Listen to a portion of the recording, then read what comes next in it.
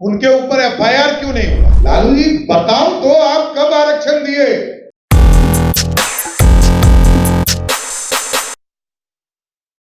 आप हैं निष्कर्ष भारत के साथ और मैं हूं मनोज चतुर्वेदी।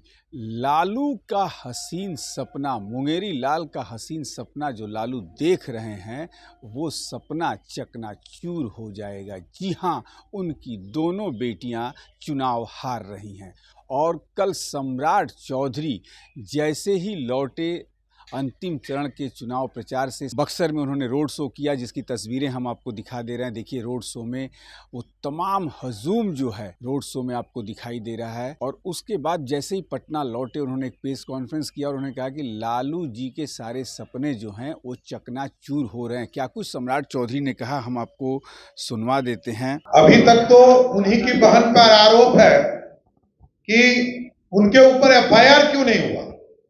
जब हम लोगों ने कहा तब एफआईआर हुआ। आप सोचिए कि अभी तक इलेक्शन कमीशन ने तो एक तरह से उस दिन जबकि घटना घटी तो रोहिणी आचार्य ने वहां जाकर पूरे बूथ को डिस्टर्ब करने का काम किया और एफआईआर जब पूरी घटना घट गई तब जाकर एफआईआर हुई। हम लोगों ने कहा इसको जांच करो, आखिर कोई घटना घटता है उसका नींव क्या होता है, कहां से शुरुआत हो, कार्रवाई तो होगा, थोड़ा कैसे जा सकता है।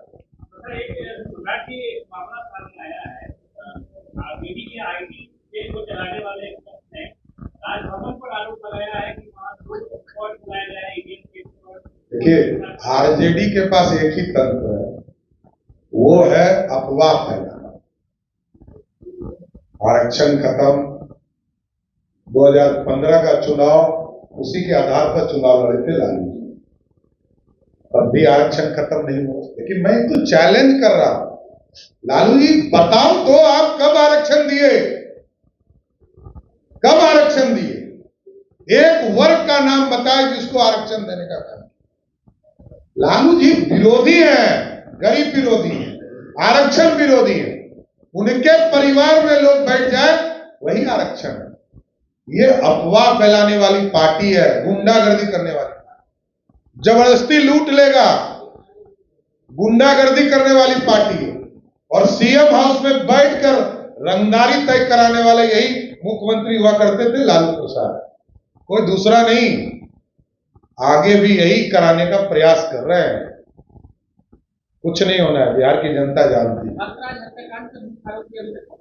लगातार चल रहा है, दो अपराधी गिरफ्तार हुए हैं और आगे भी किसी भी बिल में घुसे हो उसको निकाल के ही पुलिस काम करेगी। धन्यवाद। भाजपा के प्रदेश अध्यक्ष उप मुख्यमंत्री सम्राट चौधरी ने कहा कि राजद कांग्रेस से संविधान को खतरा है, नरेंद्र मोदी लोकतंत्र को मजबूत कर रहे हैं। सम्राट चौधरी ने कहा कि 4 जून को लालू परिवार का हसीन सपना चकनाचूर हो जाएगा। मीसा भारती और रोहिणी आचार्य की संभावित हार से लालू प्रसाद हताश हैं।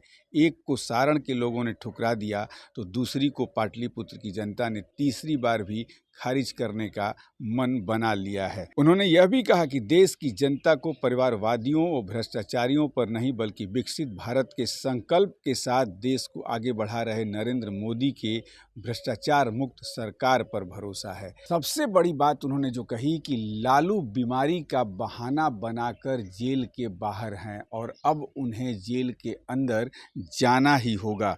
चुनाव बीतने तो दीजिए, अब देखना ये होगा कि क्या लालू यादव वास्तव में, सुप्रीम कोर्ट में लालू यादव ने जो हलफनामा दिया है उसमें उन्होंने लिखा है कि मेरी तबीयत ठीक नहीं रहती है और मैं अपने घर पे रहना चाहता हूँ, आराम करना चाहता हूं। लेकिन अभी लोकसभा चुनाव में उन्होंने दूसरे के लिए तो प्रचार नहीं किया, दूसरे राजद के उम्मीदवारों के लिए प्रचार नहीं किया, लेकिन अपनी दोनों बेटियों के लिए उन्होंने रोड शो भी किए, उनके मंच पर भी गए और शायद सुप्रीम कोर्ट की नज़र इस पे बारीकी से है।